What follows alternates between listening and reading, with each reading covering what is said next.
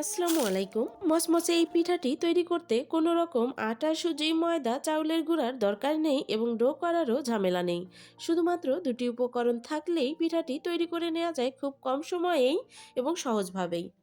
তাহলে চলুন কথা না বাড়িয়ে আমরা মূল রেসিপি শুরু করে দেই। আমরা পিঠাটি তৈরি করার জন্য প্রথমে এখানে নিয়ে নিচ্ছি 1 কাপ ফ্রেশ নারকেল কুড়া। এখন এখানে দিয়ে দিলাম চিনি 1/4 কাপ। এখানে আপনারা চিনির পরিবর্তে গুড়টাও দিয়ে নিতে পারেন। দেওয়ার পর কিছুক্ষণ নাড়তে নাড়তে এমন পানি ছাড়বে চিনি এবং নারিকেল থেকে। এই পানিটা শুকিয়ে যাওয়া পর্যন্ত আমরা নেড়েচেড়ে নারিকেলটাকে ভেজে নিব। যখন পানিটা এমন শুকিয়ে যাবে তখন চুলাটা অফ করে ঠান্ডা হওয়ার জন্য রেখে দিব।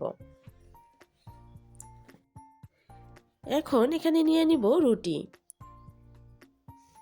এবং রুটির সাইডগুলো কেটে নিব সমানভাবে। রুটির সাইডগুলো শক্ত থাকার কারণে এগুলোকে কেটে নিতে হয়।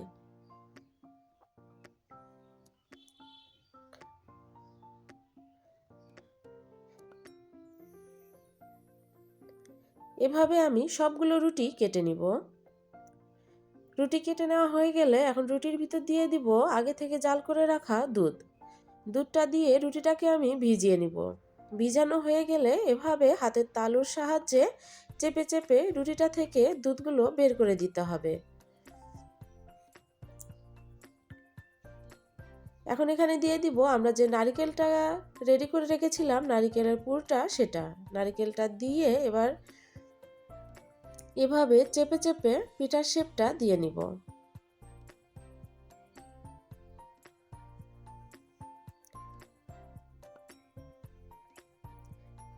একটু ভালো করে চেপে দিতে হবে, তাহলে তেলে ভাজার সময় আর খুলে যাবে না। আমি সেম পদ্ধতিতেই সবগুলো পিঠার শেপ দিয়ে নিব। পিঠাটা তৈরি করা খুবই সহজ মনে হয়েছে আমার কাছে, কেননা আটার ডো তৈরি করা, আটার রুটি তৈরি করার কোনো ঝামেলা নেই। খুব সহজেই তৈরি করে নেওয়া যায় এই পিঠাটি। এভাবে আমি সবগুলো শেপ দিয়ে নিয়েছি। এখন প্যানে পর্যাপ্ত পরিমাণ তেল দিয়ে তেলটাকে খুব ভালোভাবে গরম করে নিয়েছি এবং একটি একটি করে পিঠা আমি তেলের ভিতর দিয়ে দিচ্ছি। যেহেতু আমরা একটি একটি করে পিঠা দিচ্ছি, সেহেতু যে পিঠাটি আমি আগে দিচ্ছি সেই পিঠাটি কিন্তু আগে হয়ে যাবে। তাই অনবরত নেড়েচেড়ে পিঠাগুলোকে ভেজে নিতে হবে এবং যে পিঠাটি আপনার আগে হয়ে যাবে সেই পিঠাটিকে উঠিয়ে নেবেন।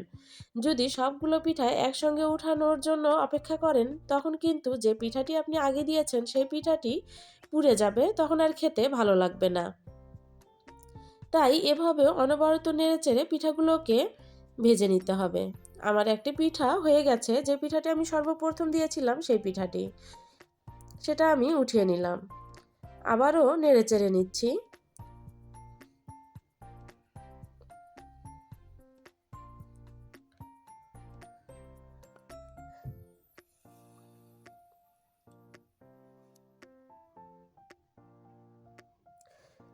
আবারও যে পিঠাটি আমার হয়ে গেছে আমি সেই পিঠাটি উঠিয়ে নিচ্ছি।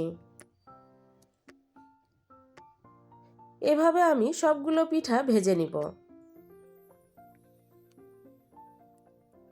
আমার এই সহজ পিঠার রেসিপি যদি আপনার ভালো লেগে থাকে তবে অবশ্যই লাইক করবেন এবং কমেন্ট করে জানাবেন। এবং আমার রেসিপি যদি আপনার দেখতে ভালো লাগে এবং দেখতে চান তবে অবশ্যই চ্যানেলটিকে সাবস্ক্রাইব করে বেল বাটনটি অন করে রাখবেন। তাহলে আমি ভিডিও আপলোড দেওয়ার সঙ্গে সঙ্গে আপনার নোটিফিকেশনে চলে যাবে এবং আপনি খুব সহজেই দেখতে পারবেন। আমার চ্যানেলে টিপস সহ চিতই পিঠা, তেল পিঠার রেসিপি দেওয়া আছে, আপনি চাইলে দেখে নিতে পারেন। সেই সাথে দেখে নিতে পারেন আরও অনেকগুলো সহজ সহজ পিঠার রেসিপি। এমন মচমচে পিঠা দেখে খেতে কার না মন চায় বলুন তো? কতটা মচমচে হয়েছে এই পিঠাটি এবং কতটা লোভনীয়। আশা করি আজকের রেসিপি আপনাদের সকলের ভালো লেগেছে। সবাই ভালো থাকবেন, সবার পরিবারকে নিয়ে আমার জন্য দোয়া রাখবেন। আল্লাহ হাফেজ।